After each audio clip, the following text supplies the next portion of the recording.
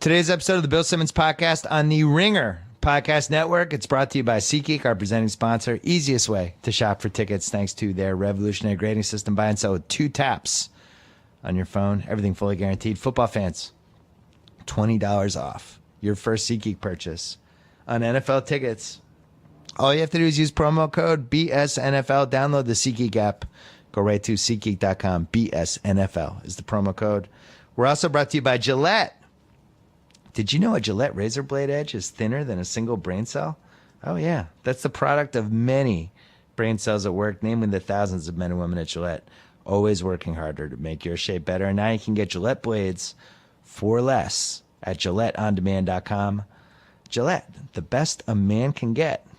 Pricing applies to select products and is at the sole discretion of the retailer. Lastly, we are brought to you by DirecTV.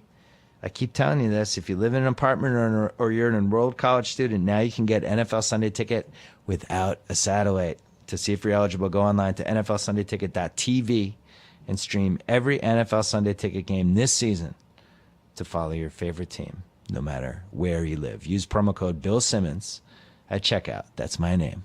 To save 15%. 15%. Again, NFLSundayTicket.tv, promo code Bill Simmons. And as always, we're brought to you by TheRinger.com. Every Friday, I will have a new column. Football picks, some mailbag questions, a whole bunch of stuff. It'll be fun. If you want to send a mailbag question to that, do the mailbag at TheRinger.com. Also, I taped a new episode of The Rewatchables with Chris Ryan that I think will be up by the time this podcast lands in your feed. I won't tell you what movie it is, but Kyle, do you know what movie we did? Kyle doesn't know. Secret. Are you a big fat person? It's that movie. Any hints? You don't know that one? Silence of the Lambs. Oh, okay. Oh, that might not be your generation. I thought it was Austin Powers. Oh. I thought it was Fat Bastard. Kyle thought it was Austin Powers. Silence of the Lambs, a classic. And this was the longest rewatchables we ever did. It's like almost an hour, 15 minutes. A lot of James Gum talk. A lot. A lot. And some MIGs. You'll get some MIGs too, but it's a good one. Me and Chris Ryan, the Rewatchables. Subscribe to that podcast. Listen to it, especially if you love that movie. I would highly, highly, highly encourage you to listen to this podcast. It crosses a couple lines. I'm not going to lie. Some lines are crossed. This is an NC-17 podcast. Anyway, check that out. Coming up right now, Pearl Jam, and then we are talking to David Chang and Joe House about a whole bunch of stuff. And then later on, my dad, who's in a Boston sports panic. But first, the Rock and Roll Hall of Famers.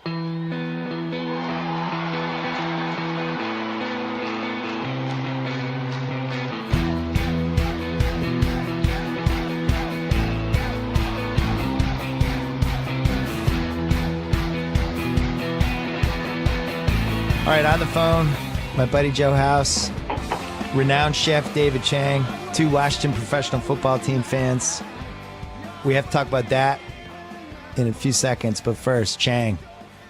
Younghoe Koo, big Monday night. It was sitting there, big comeback. All of a sudden, they're going for the game-tying field goal. He makes it. He makes it. He ties the game on Monday Night Football.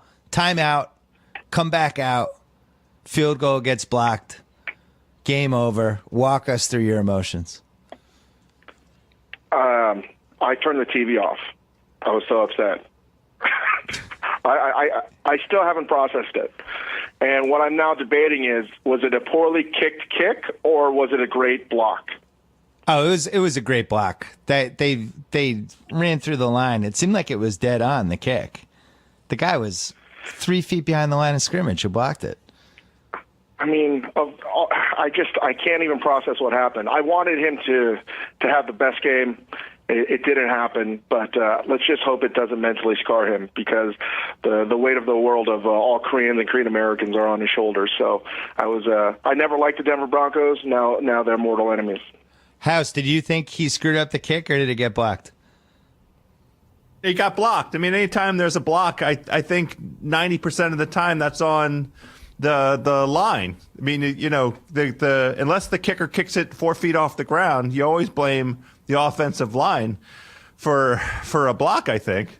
Yeah, that's how I feel. Well, let me ask this scenario: is it better that it was blocked? Because what if he missed it like wide left? That would have been terrible. I think that would have broken It's the definitely hearts. better. I agree. Yeah, this was a better outcome. You don't know if he would have made it. He made the first one. He split it right down the middle. He made all the extra points.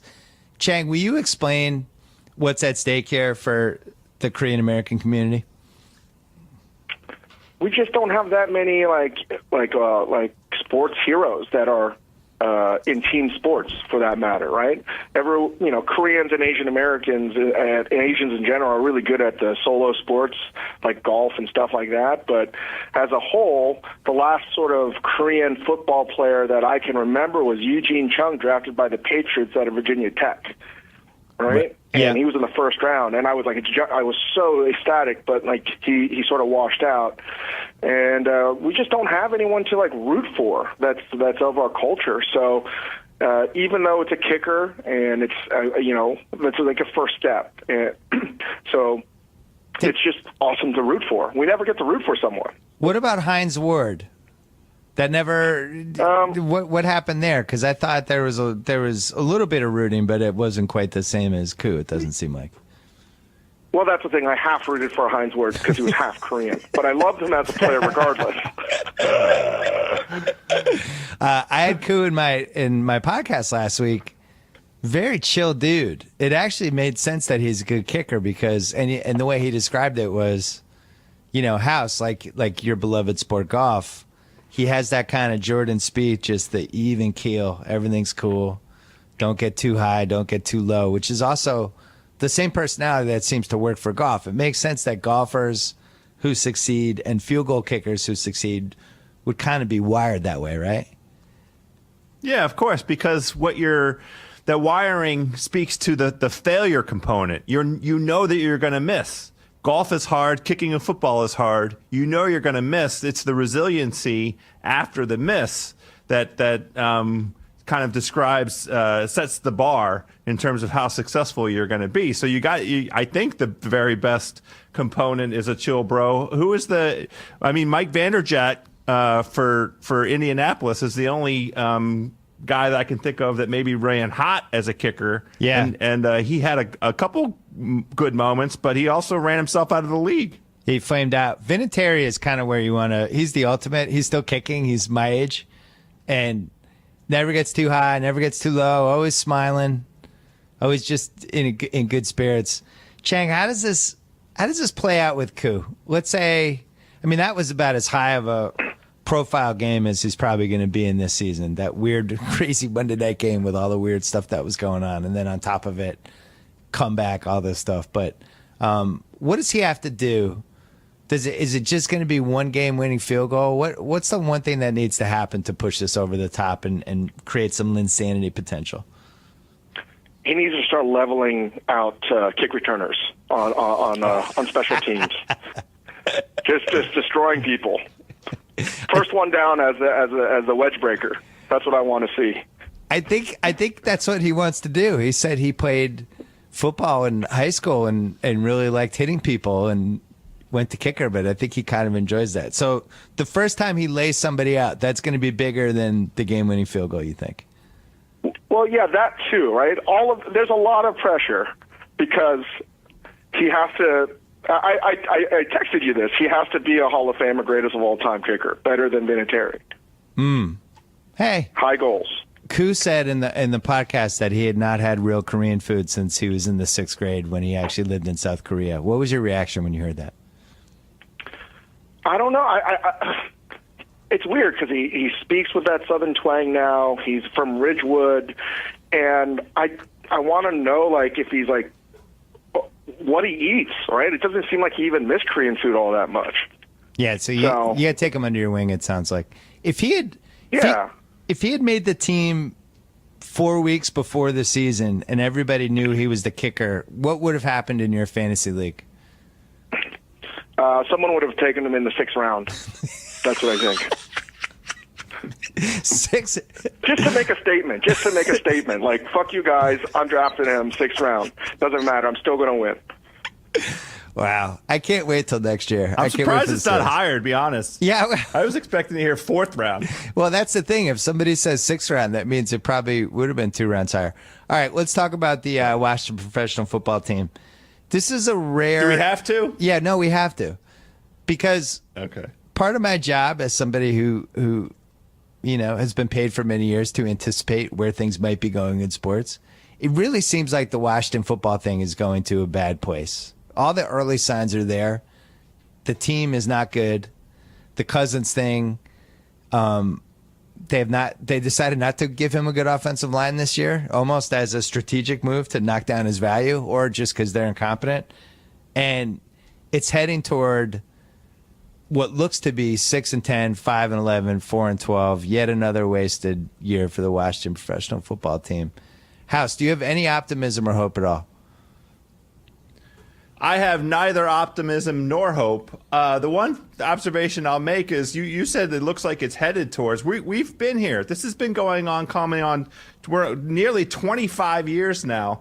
The last moment of genuine excitement and hope was RG3 and his rookie season. Now, Cousins did help the Deadskins to a 9-7 division-winning record. A couple years ago, we made it to the playoffs, but that was measured excitement, and we went in and played the Packers in the first round and got our ass handed to us. I might have got the record wrong. We were 10-6 or 9-7. I don't remember now.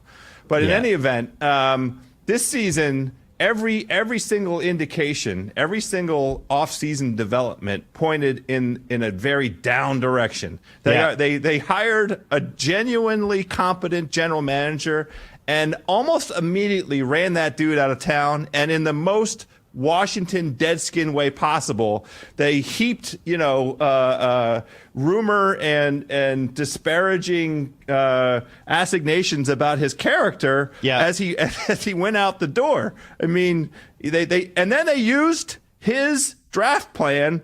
With the exception of one pick for the draft, they got rid of both of their free agent receivers, 2 1,000-yard receivers in the offseason, both of whom had established a wonderful rapport with Kirk Cousins. And I just called him Kurt, by the way. I'm going to keep calling him Kurt because that's what the president of the team calls him. This is like a those guys monologue are house. gone. I'm sorry. I could go through the whole list. Anyway, I had very low expectations, and they are right where I expected them to be. Chang, are you? I couldn't agree more. It's tragically sad, and I think that the smartest decision that was made by Washington Redskins this year was by the strong safety Sua Cravens, who retired at the age of 22. Because he saw what was going to happen. He's like, why would I want to punish myself for nothing? This is not even a Pyrrhic victory. It's just going to be a total wash. I'd rather be the Cleveland Browns. It was $1 million he left on the table. Well, I still think long-term smart decision. You'll see. Look, I agree. No, God bless him. He's like, well, F the money. I don't need the money. Why would I want to go take the beating? Chang, do you find yourself rooting for the Chargers more than the Skins at this point? Yeah, absolutely. I mean, this is how I believe. I told this to House. If you're a true Redskin fan, right, and let's not talk about the name, as horrible as it is, you should not root for the Washington Redskins. It's the only way that Dan Snyder will ever sell the Redskins if it decreases in value. Right. So the best way is don't buy any Washington Redskins gear and stop watching the games. So that's what I think a real fan will do. Well, 3 years ago, I wrote a piece for Grantland about where the football fans were that rooted for this team and how the math was not in their favor, because I think Snyder's like a couple years older than I am. He's probably early 50s. And he's just looking at another 30 years. It's the same math that the Knicks fans have done with James Dolan. It's the same math that the Clippers fans did with Donald Sterling for 30 years. You just look at the guy and you go, we're never going to be good until this guy sells, so what do? You had a radical plan to try to, what was it, basically like a GoFundMe, try to raise the money to try to buy the team from him, which... Try to do a Kickstarter campaign to buy the team and have an ownership system very similar to what the Green Bay Packers have, which are owned by like single shares by the fans. So after I wrote about that, and it had a little momentum for a second, did anybody in your life ever tell you that that was actually a realistic plan? No one ever told me it was a realistic plan, but that was a whatever happened that year. I can't remember because it all blends into one terrible year. Yeah, that was when I realized that the only change that can affect the fortune of the Washington Redskins is by getting rid of Dan Snyder. It just can't happen anymore. I just dislike him intensely. Well, you're close with Stephen Ross, the Dolphins owner, right? We can say like you've done a lot of business with him. Can't you just convince him to switch franchises with Snyder? Just do a franchise swap? Well, that's another thing. Now I root for the Miami Dolphins and the whole organization. So, that's my AFC team. I'd say the Chargers are the second team that I can root for because of Koo. But the Washington Redskins, I just feel like, we could have any kind of owner and they'd be better, So I actually can't even talk about it anymore. I'm so worked up. The House, it seems like the experience of going to the games has taken a nosedive since they built the new stadium, and then over the last couple years got worse. Our friend Nathan Hubbard had season tickets that he took over from his dad. He wrote about it for The Ringer, like he could not get rid of the tickets except for like 2 of the 8 games. What do people in D.C. say about actually going to Washington games? I can't say what other people say about it because I go so infrequently because it's such a terrible experience. It's a brutally bad experience to go out there. Snyder and his henchmen and what they've done in terms of the political chicanery in Prince George's County, Maryland, they control all roads in and all roads out, and they make you a hostage. It's a hostage situation. I feel like it would be fair for somebody to go file a criminal complaint. I've been taken hostage. I've been hijacked by this, Now, of course, the problem with that criminal complaint is you do it voluntarily, but it's like there's no getting in and out of there for anything less than 8 hours, in my experience. Yeah. Because of the way where it's located, the way the roads are, the way the parking lot situation is, and the actual experience of the game. I mean, this is it's reflective in the numbers, right? They call 77,000 people a sellout. It was a stadium that was built in the first place to hold 90,000 people, and they put great big tarps up over big sections in the upper decks because, they weren't selling the tickets. It's now we're way past the point where it used to be a wait list for Deadskins season tickets. Right. And you can go to any game you want to with any SeatGeek purchase that you might want to make. House. Just 2 taps, Bill Simmons. And I bet I haven't checked the market. Dan Snyberg of the Washington Post does a great job of that, or used to at least. It used to be like, you could probably go to a game day before $20-25. I don't know if that's still the case, but I'm sure it's just I'm sure you can go for bad. $0 now. I'm really but House, no. I think if you're not a Redskins fan, you didn't grow up in the glory days of the 80s and like 1990 and 1991, and you didn't go to RFK Stadium, then you're never going to know just how bad current Redskins Stadium actually is, because RFK was just magic. Yeah. It was incredible. We all were raised in it. It's very funny, this moment that's going on in L.A. with the small stadium. Which team is playing in the small stadium? The Chargers? Yeah, I was going to bring that up because I think it's going to be a really interesting litmus test. It's only like 27 or 28,000 people. I was at that stadium last month. It's really intimate. It's almost like a AAA baseball park. All the seats are close to the field. There's no real bad seat. It's easy to get in and out. It's not dominated by the suites. And I'm going to be fascinated. They play the Dolphins this weekend. There's probably going to be 5,000 Dolphins fans in there. There's some Florida transplants here, but I think it's going to be a cool atmosphere, and it really makes me wonder, are we going to see, is this the end of the era of, we had this, 10-year stretch of these people building these giant stadiums, right? Giant Stadium and Gillette Stadium in New England and this Washington Stadium and go on down the line. And I really wonder if maybe the move with Washington should have been build a 45,000-seat football stadium in D.C. that's easy to get to, that has demand. It's almost like the David Chang restaurant theory. Like you want there to be a line for your restaurant You want it to be hard to get in. You want it to be hard to get a table. If you put it at 45,000, that's what the Red Sox have with Fenway Park. Fenway Park, it's really hard to get in. It's hard to get good seats, and it makes people want to go. Don't you think that would work, or am I nuts?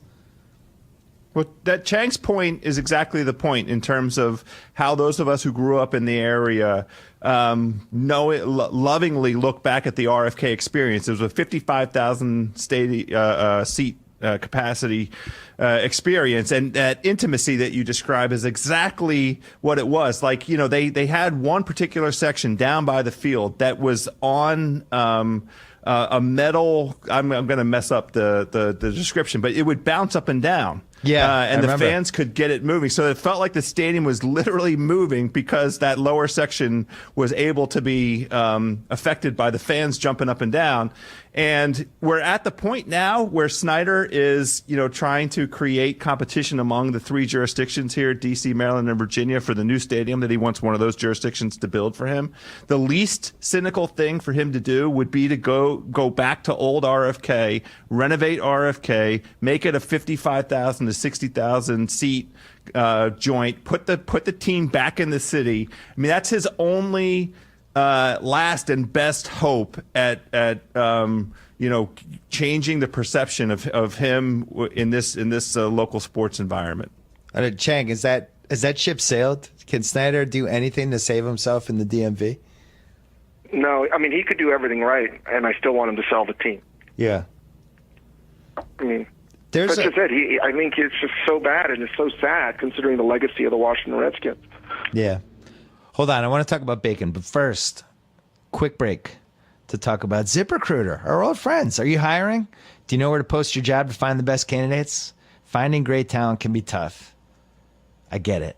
But with ZipRecruiter, post your job to 100 plus job sites with just one click. Their powerful technology efficiently matches the right people to your job better than anyone else. That's why ZipRecruiter is different, unlike other job sites. ZipRecruiter doesn't depend on candidates finding you. It finds them. Maybe Chang can use this to find more employees for his food empire. In fact, over 80% of jobs posted on ZipRecruiter get a qualified candidate in just 24 hours. No juggling emails or calls to your office. Simply screen, rate, and manage candidates all in one place with ZipRecruiter's easy-to-use dashboard. Find out today why ZipRecruiter has been used by businesses of all sizes to find the most qualified job candidates with immediate results. Right now, my listeners can post jobs on ZipRecruiter for free. Go to ZipRecruiter.com/BS. Again, ZipRecruiter.com/BS. Back to Joe House and David. Can we talk about bacon really quickly? Absolutely. I went on House of Carbs last week with House, and oh no, it was my podcast. It was basically an honorary House of Carbs. Yeah, it was your podcast. Yeah, we talked football, and then I was talking about fish, and I was talking about bacon. And we all of a sudden... Because you'd gone to Hawaii. Yeah, me and House of Mallory, Rubin, had all of a sudden got into this serious bacon conversation and the do's and don'ts of bacon and what qualifies for real bacon. And I just like crispy, old school, a tiny bit thicker than usual bacon is my wheelhouse. I don't like a lot of fat on it. Walk me through your dream scenario with bacon, Chang. Well, it depends on the kind. I think all bacon can be delicious, even like the cheap stuff that you get at on a poor bacon, egg, and cheese, like the one that is almost microwavable.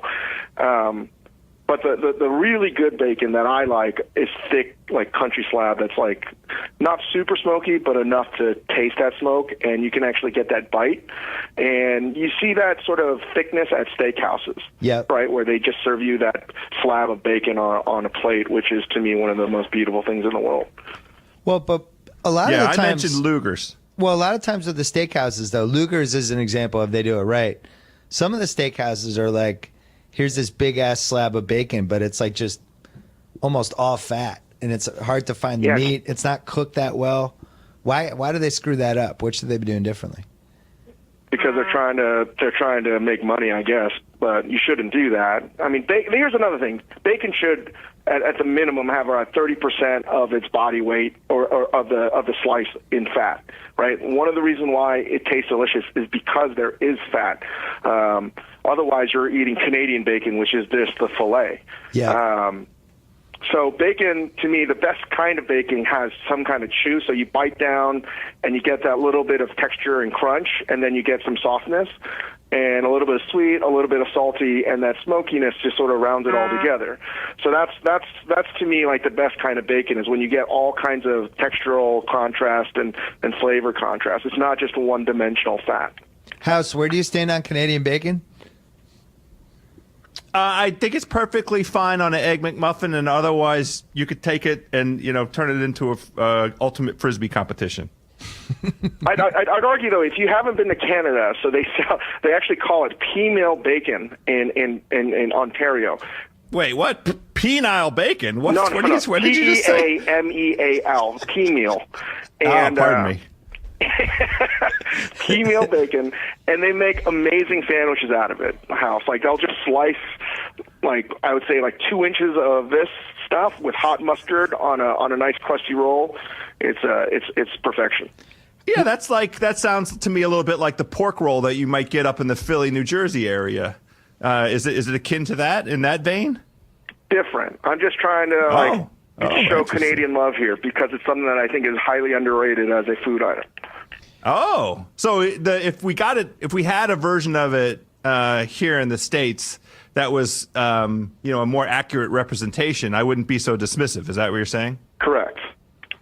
And is there a place to get this penile bacon here in the penile Canadian bacon here in the U.S.? Pea-meal bacon, I've never seen it. All right, but I only see it in Toronto. So if we go for a Raptors game, I'll get a sandwich with you. Yeah, we have to go to Toronto because I'm dying to get up there and get some authentic poutine. Chang, what do you feel like we have too much bacon bits in our life, not nearly enough, or the right amount? Because my take is not nearly enough. Funny enough, yesterday I had a business meeting at a random place because we just needed to meet up at a place called Bar Bacon, and everything is bacon. Everything. And Whoa. I thought I was going to hate it, but quite frankly, it was delicious. I got a grilled cheese sandwich, and I didn't like the bread so much. I didn't think I was going to like the bread because it had raisins and like sunflower seeds in it, but the bacon was perfect. It was delicious, and they gave me a bacon sampler. And What does now that that mean? I think about it, What's a bacon they sampler? gave me, What? I want that. there was like 8 kinds of bacon on a slab of like a plate, and it went from like least smoky to most smoky, and in between was like salty and spicy. It was actually really good. They sent it out. I wasn't going to eat any, and then of course I ate the whole goddamn thing. Where do you stand on the candied bacon? When done well, I like one of my favorite salads that I make is a candied bacon vinaigrette. Oh. And I would make it more if it wasn't such a pain in the ass to clean up. So you fry the bacon into lardons, which is basically like 1/2 inch pieces, pretty thick. And then once you render out all the fat, you leave all that fat in there, and then you throw in mustard, some shallots, brown sugar, and sherry vinegar. And then you take some of the bacon out that's been candied. Oh, let me back up. You candy the bacon and the brown sugar, and then you take some of that bacon out, and then you throw in the mustard and the sherry and the shallots, and you puree that. And you don't have to add any oil because you have enough of the bacon fat, and then you sort of serve a hot sort of spinach salad. Like that's one of my favorite salads is like the sort of wilted spinach salad with a hot bacon vinaigrette, and I just add a little bit of the candied bacon, so it's tremendous. I can't believe House wasn't grunting during that whole thing. I was keeping it a little in my pants. I was trying to at least. We never talked about House. We never talked about what the perfect blue cheese wedge bacon bits type of salad is, because it's on every steakhouse menu, and it's always a B- at worst. I always enjoy it. I love blue cheese. I like bacon. You really can't go wrong with whatever the lettuce is, although sometimes the lettuce is too hard. My dream scenario, though, I think there's different types of blue cheese that people will do. Sometimes they'll just crumble the blue cheese. Sometimes they'll just do the watery blue cheese, but it doesn't have the crumbles in it. But the good ones, it has the wedge. It's not too hard. It's got the blue cheese dressing, but it's also got the little pungent blue cheese crumbles within the liquidy part of the dressing. And then on top of it, it's got the bacon bits, but it's not really bacon bits. They actually cook the bacon and cut it into little, like, kind of bigger than bacon bits. And then on top of it, you put the cherry tomatoes on it. And it's just a winner. When is that not delicious? Who doesn't like that? Anyone? I love it. My big challenge is, and I'll tell you what my default is. When I go to a steakhouse,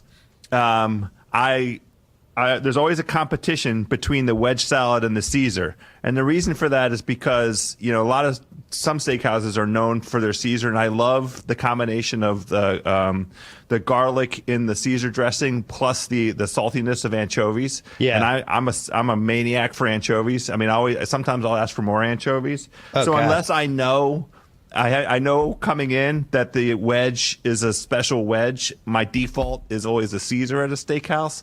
But when Chef Chang's talking about lardons, now if I know that the wedge is going to have some delicious, chewy, sort of chunky bacon that goes along with that beautiful, towering iceberg lettuce, within what you just described in terms of that blue cheese, if it's going to be like that, then I'll go wedge. But a lot of times I'm leaning towards Caesar.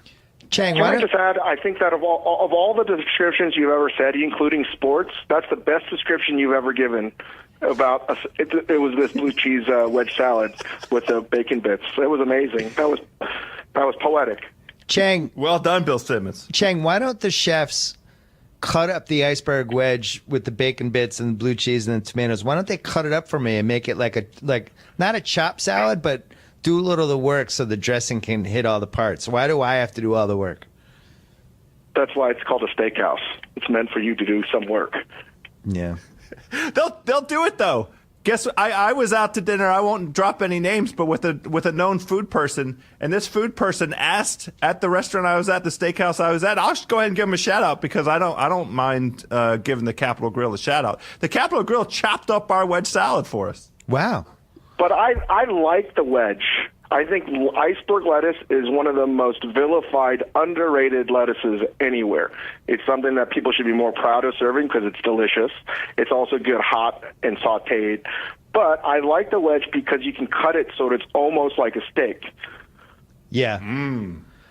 Nice big meaty bites is what he's saying. My biggest issue is if there's also French onion soup on the menu.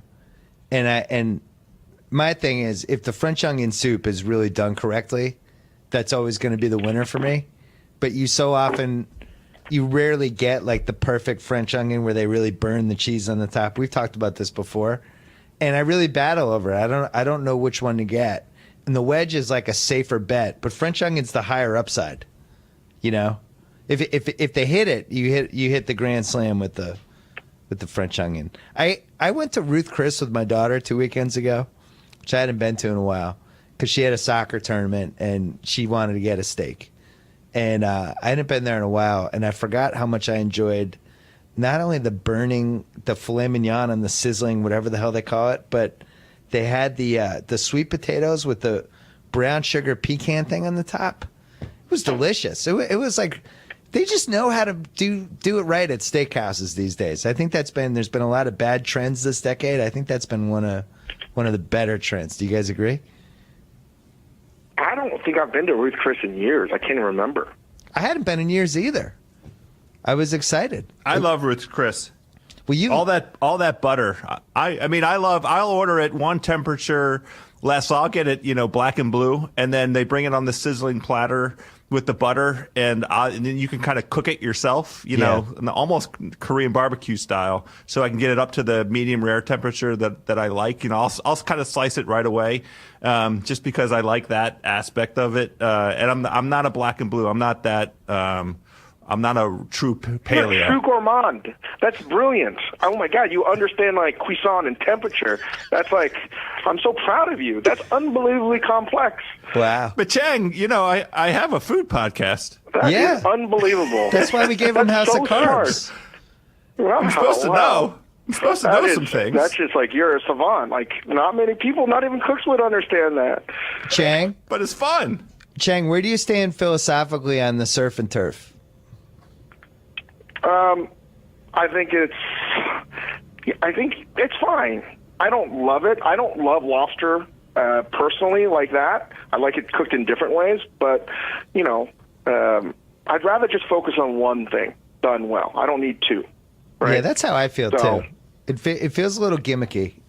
It's like it's just a marketing expense. It's just to upsell you, basically. I want to ask Chang a question. Speaking of surf and turf, this doesn't fit, but Chang served two unbelievable food items at the U.S. Open Tennis Championship that just concluded.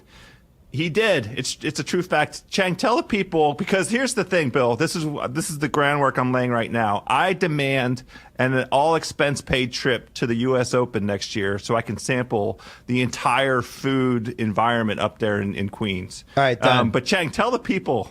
Yeah, done. That's what he said. It's done. Unbelievable. Tell the people what you had at Fuku. So this is our second year of having a stand, and last year we served the McEnroe, which was our habanero spiced fried chicken sandwich with bacon and ranch dressing, very apropos for the conversation we've had today.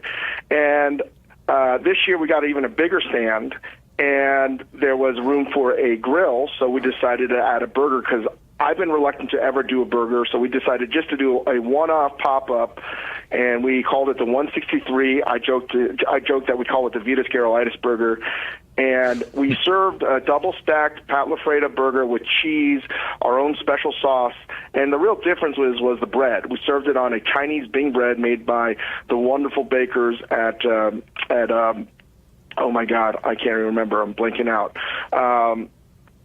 It was a Chinese Bing bread. So it's a Chinese bread that is a little bit chewier, and we grill it. And I think the bread was necessary because once you have a double stack of burger patties, you need the bread to sort of soak up all the juices. Otherwise, if you served it on a regular roll, it just would have disintegrated. Yeah. Mm-hmm. And that was selling like hotcakes, I'm assuming?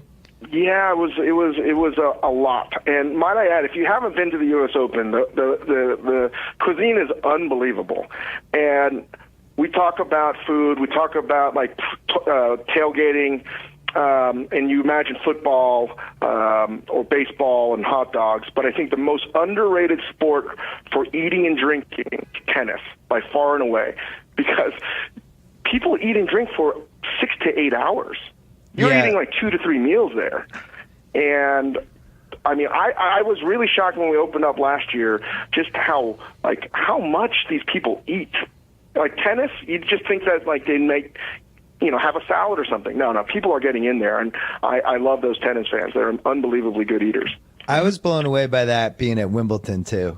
How much food was part of the experience, and you really feel like you have to get the strawberries and cream. Like you feel like a lesser person if you don't do it. But they had a whole bunch of other stuff too. The U.S. Open though, it actually is a severely underrated sport to attend. I don't really like going to golf, which is probably a subject for another podcast. I think I never know what the right decision is with golf. Like, do you stay at a one hole? Do you follow a golfer? But if you're staying at one hole, the food's got to be unbelievable, and usually it's not up to par, right, House? Golf doesn't have the great food like tennis does. It's coming on. We'll save this. We'll have you on the Shack House, and we'll talk about the proper strategy for consuming live golf and also consuming the very best food. The tournaments have taken note, though, and they're bringing in a lot of local purveyors. There was a whole food truck situation here in the DMV at the most recent tournament that was hosted here. So, the golf game golf is stepping its game up in terms of the food department. But we have to, Simmons, next year, me and you, the U.S. Open, because Chang's going to have another stand. And the lines are unbelievable. Maybe Chang can help us cut the line a little bit. Well, you know what else? The lines were very long. We had 2 lines. That's what I heard. This is what I'm hearing. 2 lines. I was very proud of our team. They all worked for 2 weeks like lunatics. And, the Fuku team, big shout out to them. But I will add, Bill, we did a stand at the Northern Trust, the PGA event where Dustin Johnson won. I think, we're trying to get Fuku as, at all sporting events. We opened up in Miami Dolphin Stadium, too, Hard Rock Stadium, earlier this year. So we're going to get there for all sports fans. Hold on, I have one more question. But first, quick break to talk about Bluehost. A top-rated website provider powering over 2 million websites, whether you're a blogger or a small business owner, Bluehost has everything you need to build, host, and manage the personal or small business website you've always wanted. Design your website your way without being limited by templates. Simple enough for beginners, powerful enough for even the most advanced users. Fully customized templates, third-party app support, a 99.9% uptime guarantee, and maximum security, including malware monitoring and protection, and automatic secure WordPress installs. I hate malware at all times, by the way.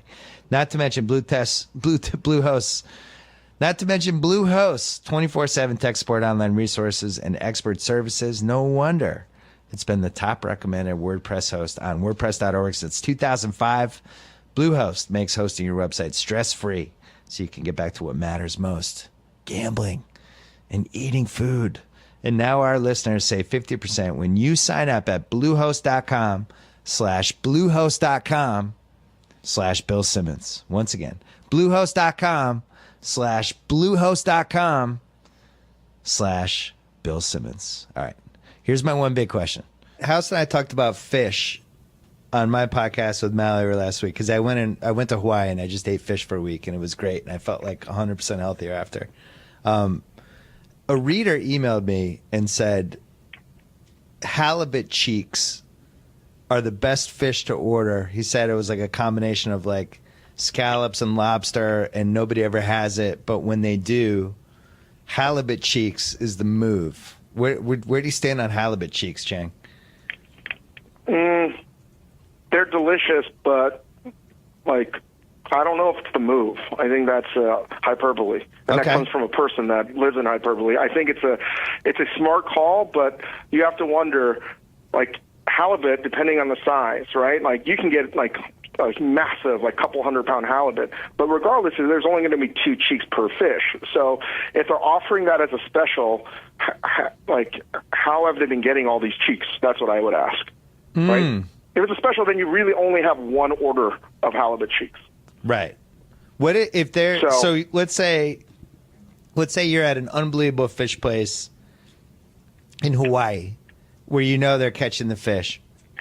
Every single fish is on the menu.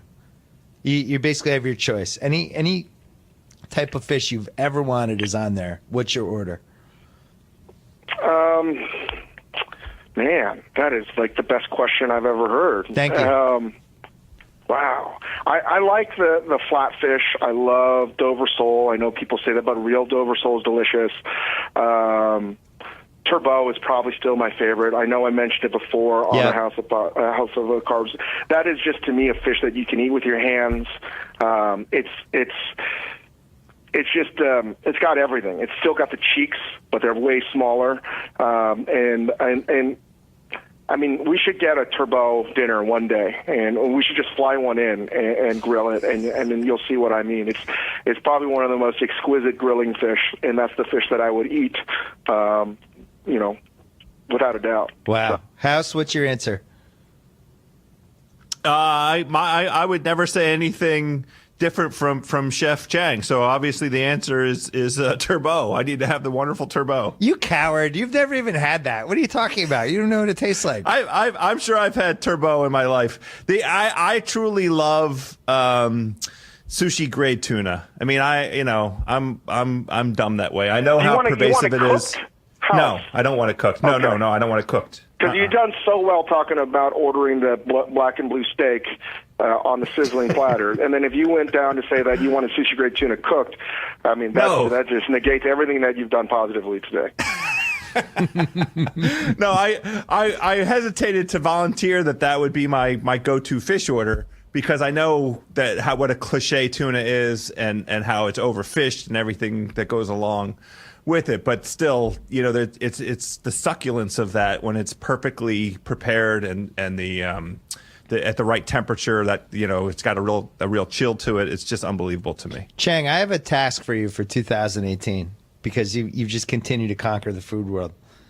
You conquered fried chicken sandwiches, which people just didn't think could happen. I think hot dogs are the next frontier.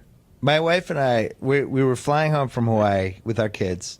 We're in the airport. They have a hot dog stand. And my wife loves hot dogs more than anything, and she's just eyeing the hot dog stand. So I pretended to go to the bathroom. I got her got two different hot dogs for us to try. One of which was a Hawaiian hot dog, and it had that whatever mustard. It was like this yellow mustard, not too spicy. And then they covered it in like pineapples and like a little, almost like a, not salsa, but what's that? The stuff with a little kick to it. That they put Chutney. with pineapple, and it was like on the bigger side. The hot dog. It wasn't like a long thin one. It had a little beef to it, and she was out of her mind. Was it penile? It wasn't a peanut hot dog. But who would have ever thought to put pineapple on a hot dog? It was outrageous, and it just made me think like we haven't really put all of our smart chef brain cells toward the hot dog yet. Well, I have reserved judgment on a pineapple hot dog. I'm going to have to taste this myself. But secondly, I agree with you because I myself went to the land of hot dogs because I did a dinner with a bunch of chefs in Austria about a month ago, and we did this little tour in the wine region of Austria, and all we ate were sausages. And hot dog is, the descendant of, all the sausages that came from Germany and Austria. Yeah. And I was blown away. And they don't even put it in a bun. They grill these giant hot dog-like sausages, and they're a little bit thicker than a hot dog, and they grill them so they're super charred, and they just slice them on a diagonal and put toothpicks in them. And you drink beer and wine on a plate of just cut up, sausage-like hot dogs. And I was like, what's going on here? Where's the bun? And you don't even eat it. The sausage is so delicious, and with a great mustard, I was just blown away. And I was like, this kind of eating needs to be done more in America, where it's just sausage on a plate, hot dog on a plate, but like a really exquisitely done hot dog, if that makes any sense. It doesn't look like a normal hot dog. It looks like the best hot dog that's ever been made. So like toothpicks, like you're stabbing the pieces with toothpicks? Yeah, you're standing. There's like a standing table, and there's no chairs, and they just keep on dropping plate after plate on wooden plates of like grilled, beautifully wood grilled hot dog like sausages. Like I don't even know the Austrian German name of it, but it was brilliant. How does that resonate with your brain right now? I'm starving. I didn't eat lunch today. And there is Chef Boulud here, Daniel Boulud, famed chef of Daniel up in New York, has a little outpost here, a DBGB here in the D.C. area that I'm not that far away from, and he offers sausages on the menu. I'm about to hang up this call and walk down there and order all the sausages. Great idea. But before you do that, one last thing. I don't think Chang knows the story. Do you know about David Stern and hot dogs, Chang? No, I don't. So, any New York any NBA commissioner's party or anything like that the NBA was throwing, like 3 in a row had pigs in a blanket, as they hand out the appetizers. Mm-hmm. And I was like, oh, pigs in a blanket, and I mentioned it to somebody who works for the NBA, and it was like, yeah, that's David's thing. He loves pigs in a blanket. He wants, anytime there's a party, he has to have pigs in a blanket. And apparently, this is what this person told me. Apparently, they had a party and there was no pigs in the blanket, and he flipped out. It was like ripping into people. It's like his staple, the pigs in the blanket. So then, after I was told this story, like the next 2 or 3 I went to, there was pigs in a blanket. And it was like, it wasn't even like there were that many choice. It was like maybe little sliders, but pigs in a blanket, not like the most common hors d'oeuvre at a party. You'll see it, but you won't see it regularly. And it was my favorite David Stern tidbit. The dude loves pigs in a blanket. He can't be all that bad, right? No, I actually met him once, and he was super cool. And this sounds apocryphal, but I'm pretty sure he told me that he grew up in a butcher's family. Is that true? Yeah, I think that is true, actually. Yeah. Yeah, that is true. He knew everything about food, literally. He was telling me about all the cuts, and I was genuinely impressed with his food knowledge, and he just seemed like a super swell, smart guy. So I thoroughly enjoy this Pigs in a Blanket story. It makes me even like him even more. House, maybe that's a House of Carbs guest for you. Oh my! Yeah, I don't. Do you think he's over his genuine disdain for you? We got along great for years. He's never forgiven me for the Chris Paul trade and what I wrote when that got vetoed. Yeah, it was kind of a mistake. What you wrote was accurate. Vetoing a trade, not a good look. He dead fish handshake me the last like 3 times I've seen him. Maybe now that he's retired, maybe he's forgiven me. Who knows? Chang, anything to plug? No, I mean, gearing up for this LA restaurant, so Yeah. we're doing that, and we're renovating Nishi soon. So, and we just got a bunch, and we just announced today that we're opening up a noodle bar in the Time, a noodle bar in the Time Warner Center. So, actually, great. a lot to plug, I guess. Excellent. And also your House of Carbs appearance. House, you want to plug that? Yeah, real quick, we're going to have an outstanding show next week. Chef Chang, God bless him, was thinking about how to help the Houston community. So we had 2 chefs, two of the real pillars of the food community down in Houston, come on House of Carbs. We'll run it next week to talk about their experiences with Harvey, what they're doing to get back on their feet, ways that people can help. And you know, the not to bury the lead, the best way to help, get down to Houston. Houston is open for business, food and drink. And Chang and I are already planning a trip. So that's House of Carbs next week. You guys are planning a trip, but I'm not invited? Well, that's the only way the trip's going to happen if you're not invited. Damn it. All right. Well, send me some pictures at least. Thanks, fellas. Sorry about the Washington professional football team. Maybe next year. I'm not sorry. F them. Thanks, guys. All right. Thanks. Thanks, guys. We're going to call my dad. He doesn't know we're calling him. But first, want to talk about MyBookie. From a gambling standpoint, we are going to remember the 2010s as the decade when live betting took off. And where you're betting is just as important as who you're betting on. Here's an idea. Go to mybookie.ag. They've been in this business for years. Their reputation is rock solid. They do 100% cash bonuses. So off the bat, you're making money for doing nothing. And they have the fastest payouts. Seriously, just 2 business days. They have in-game live betting. They have the most rewarding player perks in the business. And they have an all-new mobile site that makes wagering on the go a breeze. In-game live betting. It's kind of the last frontier for me. I haven't dived in yet, but it's going to happen. Lay down some cash. Try to win big today. Join now. And MyBookie will match your deposit with up to a 100% bonus. All you have to do is visit mybookie.ag. Use the promo code Bill Simmons to activate the offer. mybookie.ag. You play, you win, you get paid. All right, here we go. We're calling my dad. All right, my dad's on the line. We're taping this on a Tuesday afternoon. I didn't tell him I was calling. A lot of Boston sports stuff coming on. Rank it. What are you the most worried about?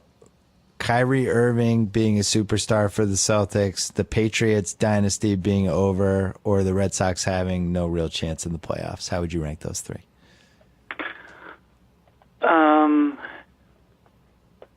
I'd rank the Red Sox being in trouble for the playoffs. I'd rank second the Patriots being in trouble. And I'm least concerned of the 3 you mentioned about Kyrie Irving. I just think he's a 25-year-old superstar whose best years are ahead of him. You're pro Kyrie trade. Some people in Boston were anti Kyrie trade. Well, you know, we talked about it once before, and I loved Isaiah Thomas, and having watched the games in person, nobody gave more to the Celtics, Boston, the fans than he did. You know, we were there the night his teeth got knocked out, everything with his sister. I mean, he just was tremendous. But I just don't know at his age whether he's somebody you give maximum contract to. So I don't think the Celtics were going to, and I was afraid that he was going to be a free agent in a year and we would get nothing for him. So, and then the hip issue shows up. So it's very, everything we're reading, it's possible he's not going to be back to January or February. So putting all that in perspective and getting the opportunity to bring on somebody like Kyrie Irving, I am in favor of the trade. I certainly was worried about that Brooklyn pick, and then I look at the status of all these terrible teams in the league, whether it's Chicago or Indiana or Atlanta, or you go down the list. And we saw it last year. You get to the months of end of February, March, April, these teams are tanking. And then you have Brooklyn, and the Brooklyn pick that now is owned by Cleveland. Brooklyn played great the last 20 games last season. They have no reason to tank this year. They don't own their own pick. Yeah. And I just question whether the value of that pick is going to be even a top 5. So, yeah, I'm putting all that together. I'm in favor of the trade. Yep. You didn't like it when it happened, though? I didn't like, I don't know whether it was me looking at objectively at the components of the trade, or it was more me feeling that the Celtics and Danny Ainge had been disloyal to somebody like Isaiah Thomas, who had given so much of himself to the team. So it was my initial reaction, and now we've had weeks to objectively kind of look at it, and I feel differently. Well, it was disloyal, though. I mean, they did kind of sell him down the river. It was disloyal, and it's a very, you and I talk about it. It's this really strange time in professional sports where both sides are disloyal. I mean, or another way to put it is the loyalty isn't there anymore. I mean, we've seen players traded throughout the years, but when you have players like LeBron leaving Cleveland and then leaving Miami, and then now he's going to leave Cleveland again, and you have Paul George leaving Indiana and he's going to greener pastures, and then you have the teams trading people like Isaiah Thomas, and I guess the reality is, and it's so hard to look at it objectively as a sports fan, is that there is no loyalty on either side. It's and maybe there shouldn't be. Maybe we all want a championship, and I go back to 07-08. I loved Al Jefferson when he was drafted by the Celtics. Didn't get to see him play that long, but would have loved to have seen him here his whole career. Wasn't sure about that trade initially. Certainly would take a championship as we got one. And I guess that's what it's all about, both for the players and the owners and the fans. We want championships. Yeah, so I remember. Yeah. Remember when Ray Allen left, and there was like some trader stuff with him? I actually defended him because they tried to trade him like three different times, including one trade that was like canceled right before the deadline. I can't remember what year it was, and at that point, it's like, well, why should he be loyal to you guys? He knows that you tried to trade him. He knows that you shopped him. Yeah. So what is he supposed to just be? Oh, I forgive you. I never understood that part. Well, it's interesting. Today he gave an interview. I think the first one I really heard him, where he on Your Old Employer, where he articulated just what you were talking about. That on the other hand, I would have been okay if he had signed with any of the other 28 teams except the team that we had just gone to war with. That's for me. That's all. That's the single thing that made that so difficult. That he went with Miami, and boy, we had just gone to war with Miami, and it just seemed like maybe if you're going to leave, you go somewhere else. You don't go to that team. That's all. Well, he didn't care. He wanted to live in South Beach and play with LeBron. I cared.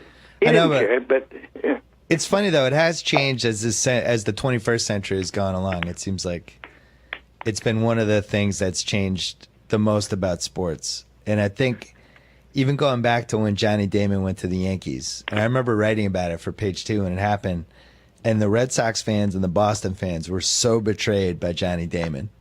Right. They just couldn't believe that he left, and they couldn't believe that he went to the Well, Yankees. it was on the heels of the 2004. Oh yeah, That all of that great playoff stuff. I know, but remember, people were so upset, and I went went against. really upset. I was upset too, but I went against the grain. I wrote a column about it, basically like there's no loyalty in sports. Like they would have traded him tomorrow if he was hitting 220, and they want to get rid of his contract. And I think if something like that happens now, it's just not as big of a deal. I think from the decision with LeBron all the way through to KD going to Golden State and leaving OKC a year ago. And now it's just fans are ready for everything. They just assume these guys are going to jump around. They assume the teams are going to trade them as soon as they're not the asset they want the asset to be.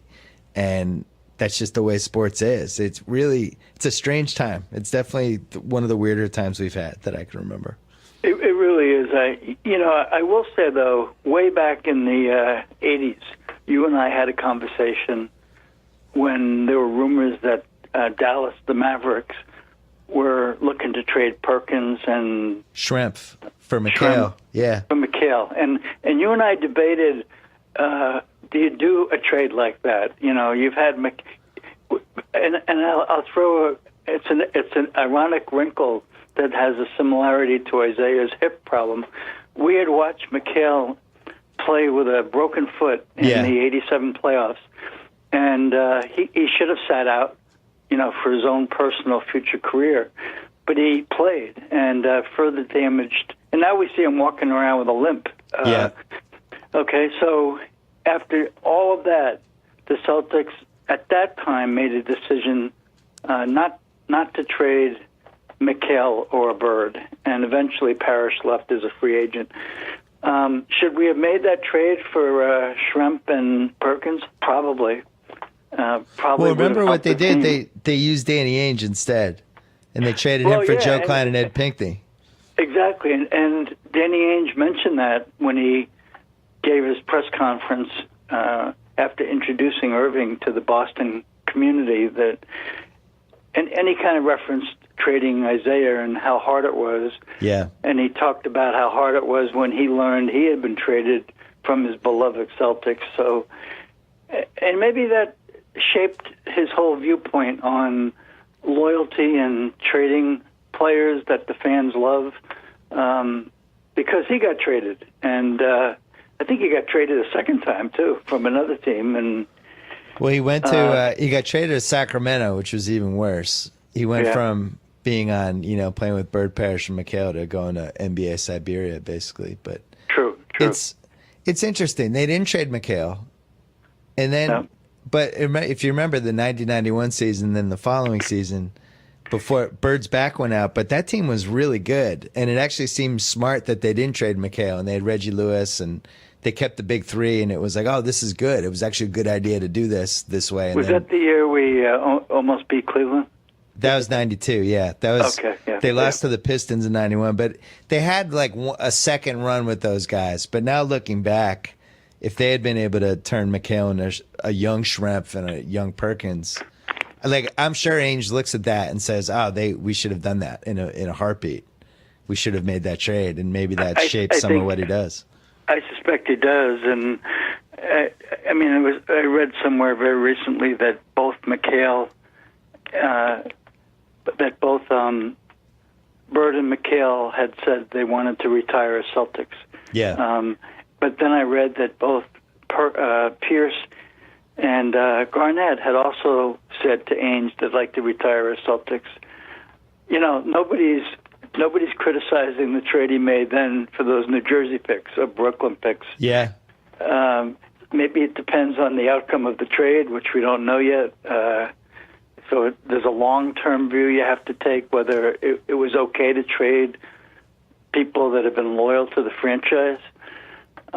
It's a different time. I don't know that we can equate it to other times. And well, this is a good audible. The Patriots, though, because you could have made the case, and I think I might actually have made the case in a mailbag last spring that they probably should have traded Gronkowski if there was a market for him with all the surgeries and different kind of injuries he's had and the durability and the fact that he's hitting his late 20s. And I suspect there wasn't the kind of market yeah, maybe there wasn't. to get back what you would have gotten back if he hadn't suffered the most recent couple of injuries. Yeah, don't you think they would have traded him though if Belichick had gotten an awesome offer for him? I think he would have traded him.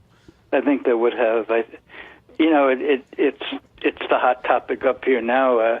Unfortunately, very unfortunately, after watching Brady's performance last Thursday night, Yeah. All of a sudden that's sparking the discussions about, is Brady turning the corner? Have we seen the best of Brady? And should they have moved him and just moved Garoppolo? We're getting all that discussion up here.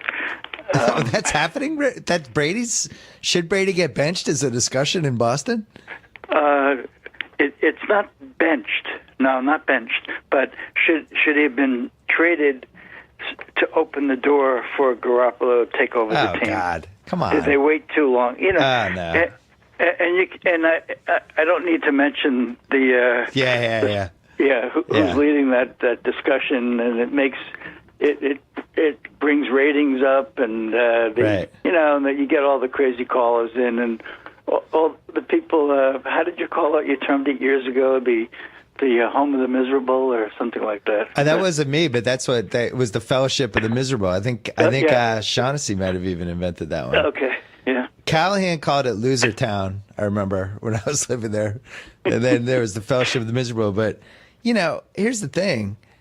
This was always going to end badly with Brady if he was just going to keep playing. Nephew Kyle is producing this podcast, by the way, and he's near tears now. He's very upset. But Pats fan, Nephew Kyle. But if you look at how Peyton Manning's last year and a half went, if you look at how Kobe's, I'm not saying that's going to happen to Brady. No, I'm not saying either. But look, let's be realistic. The Lakers fans said this about Kobe once upon a time. Wow, he's never going to end. He wouldn't go out like that. Well, guess what? He did, and so did Peyton Manning, and and Michael Jordan with the Washington Bullets. All of them, any boxer, they all go out this way. Even Tim Duncan, who went out about as great as he could go out, but that last year he could barely move, and he was done. And these guys. Again, I want to be really careful here that Brady could be the MVP this year. I'm with you. One bad year. I agree. He had one bad game. I am a little worried. I have to say that. But here's what Thursday night did. It reminded us that this is going to end badly at some point. And it might be this season, it might be next season, it might be 4 years from now. But at some point, he's going to have a bad year and he's going to retire. And that's how this is going to end. Unless he leaves before that bad year on his own terms. It's how many people have done that? Not too many. I mean, Peyton Manning came back, he threw for they scored almost 600 points. He won the MVP again. Would have been a perfect way to go out. 4 neck surgeries, kept coming back. I feel like he would have played again if anybody had signed him. I think it's really hard for these guys to walk away. And another really interesting test case is going to be LeBron James when it gets to that point, because he's now going into, I think it's his 16th year. But Peyton Manning might say to you, "What are you talking about? I left as I won. I won the Super Bowl, right? But they won the Super Bowl despite him. Well, he's not going to necessarily say that. Agree with you, but, right? But he would have come back the next year, and I keep looking at this and wondering, would this be the ultimate way, having followed this Belichick reign from start to finish, and knowing that the Brady era started? I was still living in Boston at the time. Bledsoe gets hurt, Brady comes in. And would it just be the ultimate irony if this comes full circle and going into week 4, Brady gets hurt or whatever, something happens, Garoppolo comes in, the team plays better, and Belichick's like, Brady, you don't get to come back. That's it. That would be crazy if this is how this played out. I'm not saying it would, but it would just be crazy. I hope it's not the way it plays out. I hope we win the Super Bowl this year and Brady retires with 6 Super Bowl rings at the top of his game. And we get to then easily he'll be forever a hero. He went out on top on his own terms, and Garoppolo takes his place. Can I make the case? Can I make the case for Brady? Well, I'm not. It's not that I'm not making a case. I'm not saying you weren't. Don't get defensive. I'd like to see him go out on top. Don't get defensive.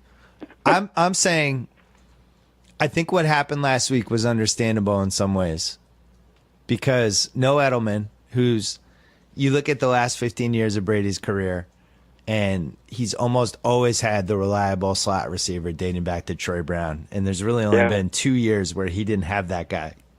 06, True. and then 06, the year they traded Dan Branch, and then right now, where it's like Amendola was his only reliable guy. And they had that one play when Amendola ran the Edelman route over the middle to save the third down and got plunked by somebody and dropped the ball. But that was one of those over and over again. Go back and watch the Super Bowls. It was over and over again. Edelman just figuring out a way to get open on a big third down and making the play.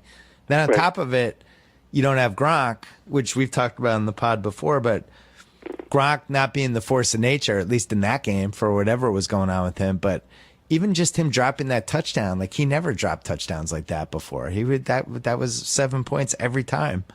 And then you go through Brandon Cooks, who he's barely played with. These teams don't practice together as much anymore.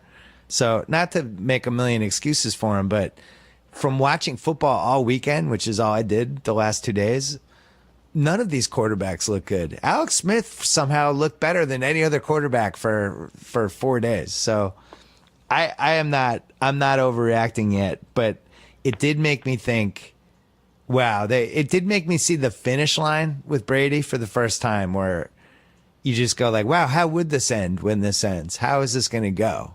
What if he just plays 5 more games like this? Now what do we do? It did make me start thinking about that stuff, and I hated it. Right. And I know you were catatonic for like 24 hours after that game. I was afraid to call you.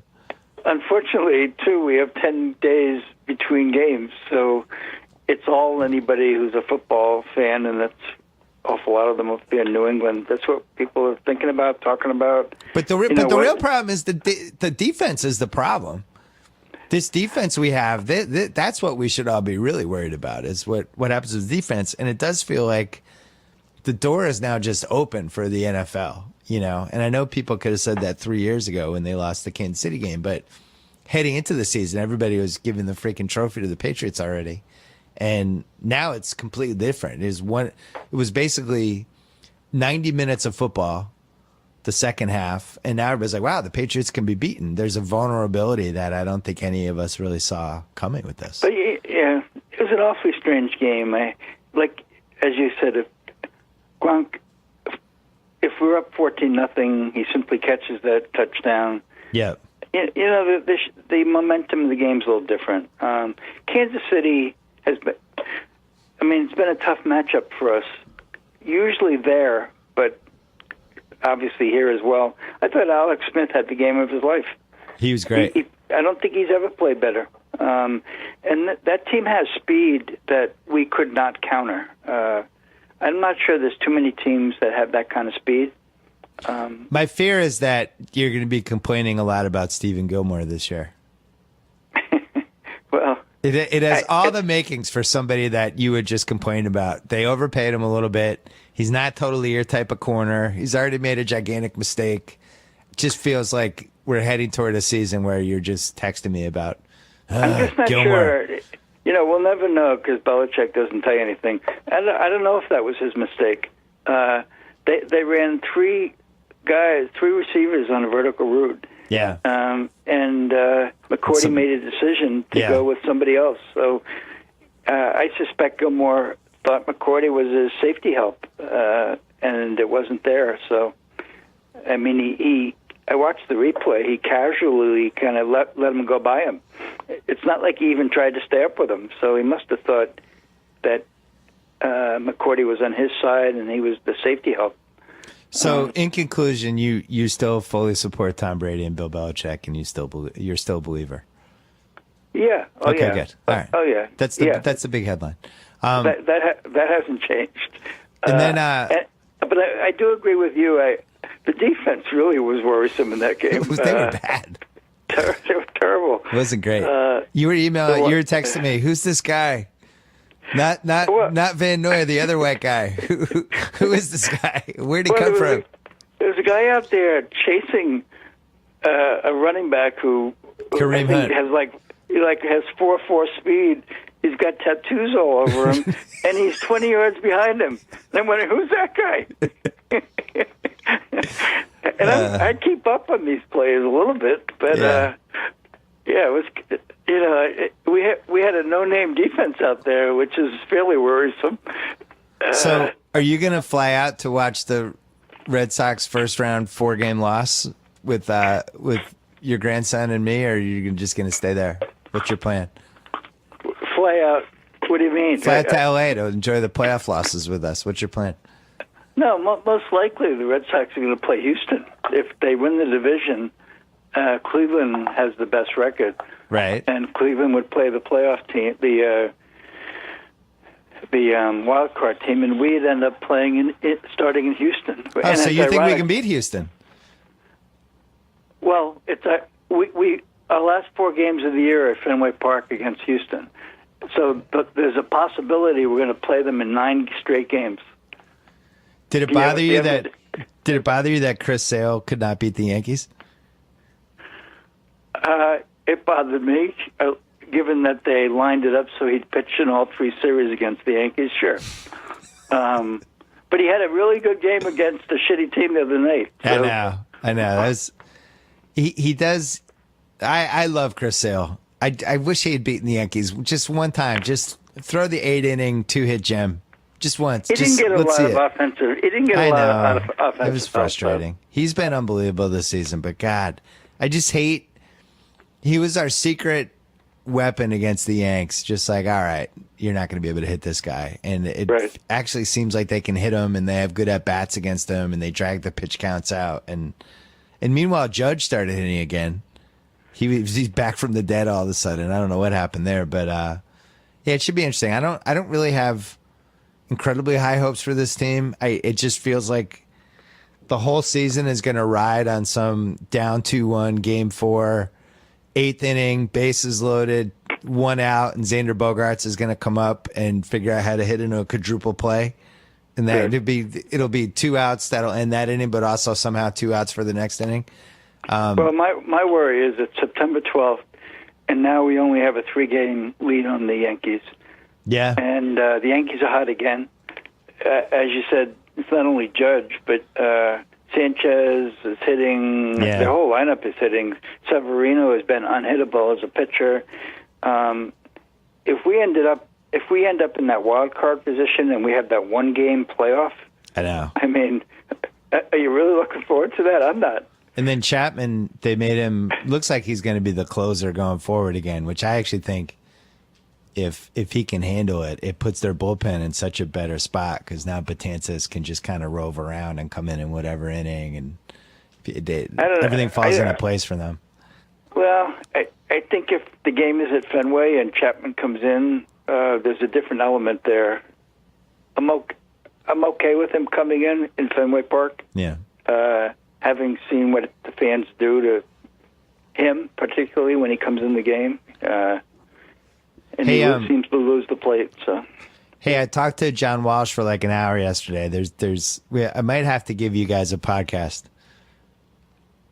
Oh, really? We connected with John Walsh from ESPN? Yeah, but I was thinking he could be your co-host for the Blue Plate Special, which people are still emailing about. They still want it. Well, John Walsh is from my generation, and I know. Believe me, I know you think I'm just kidding, but when I walk the dogs and I'm minding my own business, yeah, it's frequent that somebody will say, "Hey, when's the Blue Plate Special starting?" Somebody I don't know, by the way. Listen, if there's a sponsor out there that wants to sponsor it, if they want to sponsor it, get in touch with us. The Blue Plate Special. I think John Walsh is available. Depends. Anybody? You don't have Depends as a sponsor yet, right?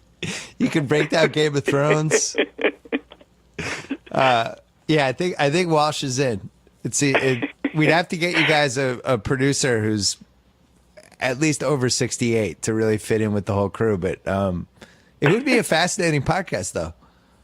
It would be. There'd be a lot of walking down memory lane, that's for sure. Yeah, and fortunately, my brain is still intact. I mean, if you don't do it soon, who knows what's going to happen? That's true. There might be a shelf life. Who knows?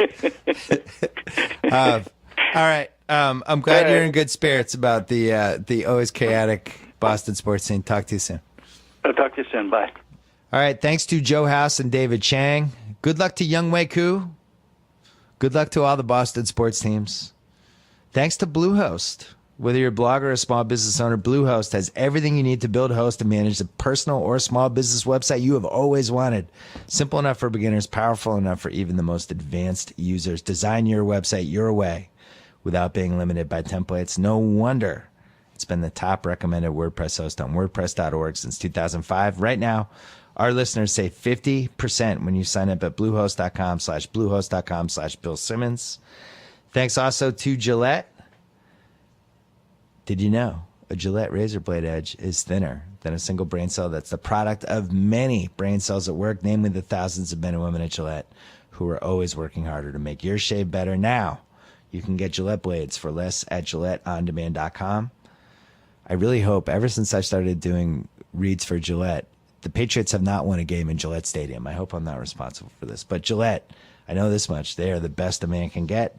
Pricing applies to select products and is at the sole discretion of the retailer. We have one more podcast coming up on the BS Podcast this week. Don't forget about the rewatchables, especially if you love Silence of the Lambs. Don't forget about all of our other podcasts. Don't forget to go to ringer.com. It is Space Week this week. If you love movies, TV shows, books, anything about space, this is the week to go to the ringer.com for that.